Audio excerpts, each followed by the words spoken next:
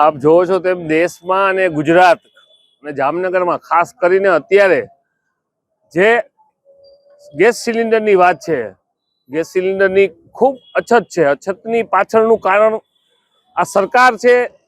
સરકાર મોટી મોટી રાડો પાડી, મોટા મોટા તાઇફા કરી અને દેશની જનતા ખુશ છે. દેશમાં કાંઈ કમી નથી, કાંઈ કટોકટી નથી. પણ જ્યારે ગ્રાઉન્ડમાં જોવો ત્યારે આજે માણસ જે સવારથી ઉઠી અને રસોઈ કરવાની વાત હોય તો ક્યાંય ગેસ સિલિન્ડર નથી મળતા.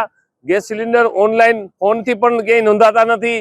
ગેસ સિલિન્ડર જોતો હોય તો એક વ્યક્તિને આખો દિવસ તેનો ધંધો રોજગાર મૂકી અને લાઈનમાં રહેવું પડે છે. આજે દેશમાં, ગુજરાતમાં, જામનગરમાં પણ કટોકટીના હિસાબે 20% ઉપર રેસ્ટોરન્ટને તાળા લાગી ગયા છે.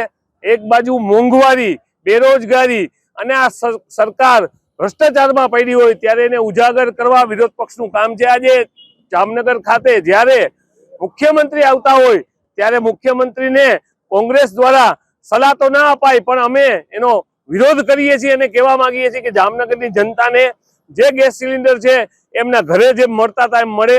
અને અત્યારે આ વાત કરતી હતી કે કેરોસીનની, તો સરકાર શું કરવા માંગે છે? અત્યારે કેરોસીન વિતરણ ચાલુ કર્યું છે, એની નાકામી છે. કેરોસીન પણ ડીઝલ કરતા વધારે ભાવમાં જ્યારે મળતું હોય, હજી મળતું પણ નથી, એ 100 રૂપિયાથી પણ વધારે લીટર જ્યારે કેરોસીનના ભાવ હોય. વર્તમાન સરકારની વાતો કરે છે કે ક્યાંય ગેસ નહોતો મળતો, પણ આ સરકારને ખબર નથી કે પ્રજા અત્યારે લાઈન સિવાય આખો દિવસ ઘરમાંથી એક વ્યક્તિને લાઈનમાં ફરજિયાત એના હક માટે ઊભું રહેવા માટે આ સરકારે મજબૂર કર્યા છે.